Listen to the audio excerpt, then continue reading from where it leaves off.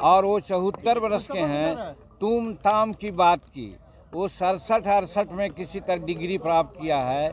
जीतन मांझी 66 में डिग्री प्राप्त किया है। वो 74 बरस के हैं, हम 80 बरस के हैं। 1980 में हम विधायक रहे और वो 1985 में आए। उनको तुम ताम करना नहीं चाहिए था।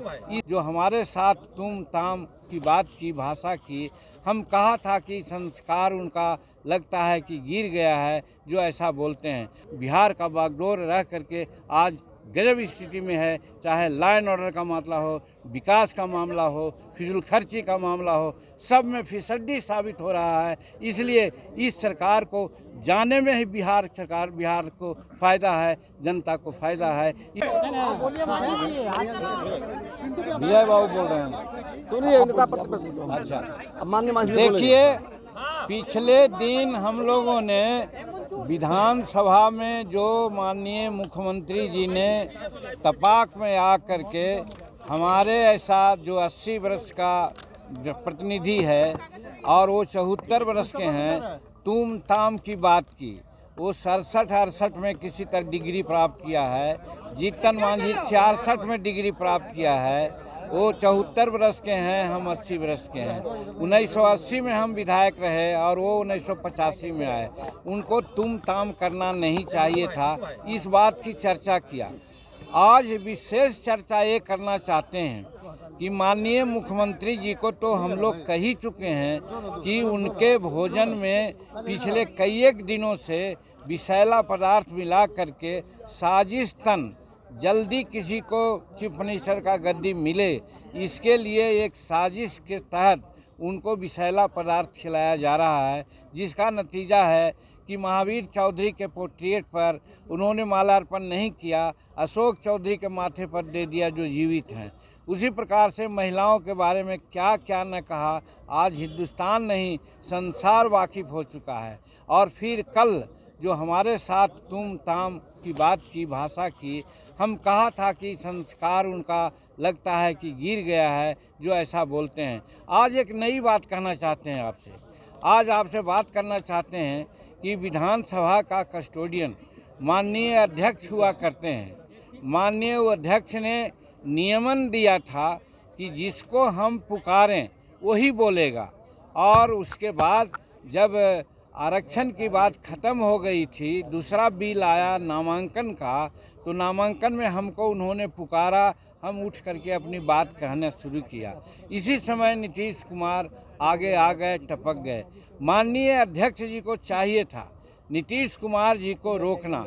नीतीश कुमार मुख्यमंत्री के साथ साथ सदन के नेता हैं। जब नियमन जो अध्यक्ष का होता है वो नहीं पालन करेंगे तो अन्य सदस्यों से क्या अपेक्षा वो रखते हैं।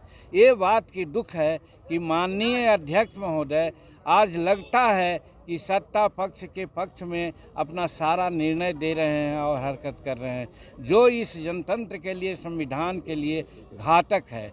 और इसीलिए आज विशेष मैं कहना चाहता हूं कि मुख्यमंत्री तो दोषी है ही हैं, मुख्यमंत्री से कम दोषी हमारे अध्यक्ष महोदय नहीं हैं, जो शेड्यूल कास्ट की बात को सुनना नहीं चाहे, सुनाना नहीं चाहे। हम क्या कह रहे थे, वो लोग कहना चाहते हैं कि आरक्षण का बिल का हम लोग विरोध करते हैं। कतई नहीं, हमारे एनडीए के साथी लोग बढ़ चढ़ करके ये कहा कि हम समर्थन नहीं बल्कि सर्वसम्मति से इसको पारित किया जाए, और बाद में उन्होंने घोषणा की। तो जहाँ तक आरक्षण का सवाल था उस पर कोई टीका टिप्पणी नहीं थी। हम सिर्फ यही कह रहे थे आरक्षण का क्वांटम आप बढ़ा दीजिए। लेकिन डॉक्टर अंबेडकर साहब ने कहा था जब संविधान में आरक्षण की बात आई थी तो कि 10 वर्षों के बाद उसकी समीक्षा हो। हम नीतीश कुमार से यही जानना चाहा, आप कम से कम 15-18 बरस में और 15 बरस पहले आपके बड़े भाई ने जो शासन किया, कितने दलितों को उन्होंने आरक्षण दिया है, कितना बैकलॉग है, इसके बारे में कुछ सोचा महोदय? तो उसी प्रकार से ये 20% न कर दें, आप 25% कर दें, उससे कोई फ़ायदा नहीं है। हम उदाहरण साइट किया कि 1971 से यहाँ पर रोस्टर नियम लागू है। रोस्टर का मतलब होता है कि 16% तक शेड्यूल कास्ट के नौकरियों में आरक्षण दिया जाएगा। आज जानते हैं दुख कहते हुए हो रहा है हम तो समझते हैं कि सत्ता पक्ष के लोगों को शर्म आनी चाहिए कि आज 73-74 वर्ष संविधान लागू हुए हो गया और जो रोस्टर लागू की बात आती है तो उधर 71 में हुआ, तो कहने का मतलब है कि 29 वर्ष उधर हुआ और 23 वर्ष इधर हुआ, तो कम से कम 40-50 वर्षों का अवधि में कितना प्रतिनिधित्व है? प्रतिनिधित्व है 3.7। आप जोड़िए 16% प्रतिनिधित्व देने में कितना साल लगेगा? यही हम उनको कहना चाह रहे थे कि माननीय मुख्यमंत्री जी, आप इसकी समीक्षा कीजिए।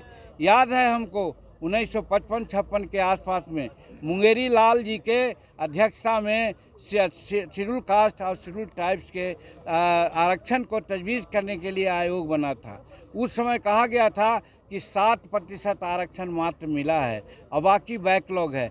आज मैं समझता हूं कि 7% से भी कम है हमारा प्रतिनिधित्व शेड्यूल कास्ट का। आप समीक्षा कीजिए और समीक्षा करके बैकलॉग पूरा कीजिए, तब बढ़ाने की बात आप करते हैं, स्वागत योग है। इसलिए आप बढ़ाए हैं तो ठीक है, लेकिन आप समीक्षा कीजिए। इसी पर मुख्यमंत्री बहुत अनाप शनाप बोले, जो आपके सामने कल हमने कहा है। होने के नाते माननीय अध्यक्ष जी को, एक सदस्य को, एक जो पूर्व मुख्यमंत्री रहा है उसको प्रोटेक्शन देना चाहिए था। माननीय मुख्यमंत्री को समझाना चाहिए था कि ये तथ्यपरक बात हो रही है, उलूल जुलूल की बात जीतन मांझी नहीं कर रहा है, इसलिए आप थोड़ा साइलेंट रहिए, इनकी बात को सुनिए। वो सुनाने में कोई रुचि नहीं ली। इसलिए मैं समझता हूँ ये जो आज चल रही है बात, चाहे महिलाओं का अपमान का मामला हो या आरक्षण में जो अभी बैकलॉग है उसका मामला हो, इसके चलते हम लोग समझ रहे हैं कि सत्ता पक्ष महिलाओं का विरोधी, शेड्यूल कास्ट का विरोधी है। इसके लिए आज हम लोग धरना देने का काम किया। और देखिए क्या जमहूरियत है, क्या जनतंत्र है, उन लोगों को क्या दिक्कत है, केंद्र की सरकार क्या कर रही है उसके लिए बिहार विधानसभा कोई जवाबदेह है क्या? लेकिन बिहार विधानसभा या बिहार राज्य में जो हो रहा है उसके लिए जवाबदेह राज्य सरकार है। तो हम लोगों ने सोचा था कि हम लोग धरना देंगे और वो लोग ऐसा किया कि फोटोग्राफर के सामने खड़ा हो गए ताकि हम लोगों का फेस न आवे, हम लोगों का स्लोगन की प्रतियां सामने न आवे। कहने का मतलब इस रूप में भी जनतंत्र की हत्या वो करना चाहते हैं। तो ऐसा हत्यारी सरकार और ऐसा हत्यारी पार्टी के लोगों के कब्जे में, हाथ में बिहार का बागडोर रह करके आज गजब स्थिति में है। चाहे लॉ एंड ऑर्डर का मामला हो, विकास का मामला हो, फिजूल खर्ची का मामला हो, सब में फिसड्डी साबित हो रहा है। इसलिए इस सरकार को जाने में ही बिहार को फ़ायदा है, जनता को फ़ायदा है। इसलिए हमारे एनडीए के साथियों ने सब इस तक का काम किया। उच्च स्तरीय जांच की, ये तो जांच की बात है कि कौन दे रहा है। आज जो लड्डू बांटी गई, लड्डू दिया गया, ये तो हद न हो गया। उसमें भी जहरीला पदार्थ मिला करके हम लोगों को परोसा गया कि हम लोग खाएं और हम लोगों का दिमाग जरा दूसरे ढंग का हो। तो कौन बांटे, सो आप देखें। आप आरोप लगा रहे कि रात में नींद नहीं आता, आज कौन मिठाई